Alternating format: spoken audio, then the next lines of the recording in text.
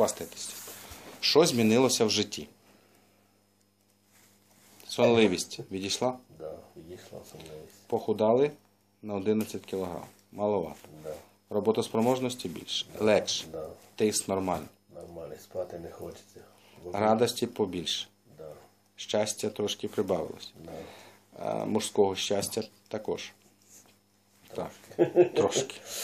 Правильно. Тому стоїть задача на слідуючий рік. 70, ні, ну хоча б 50 кілограмів.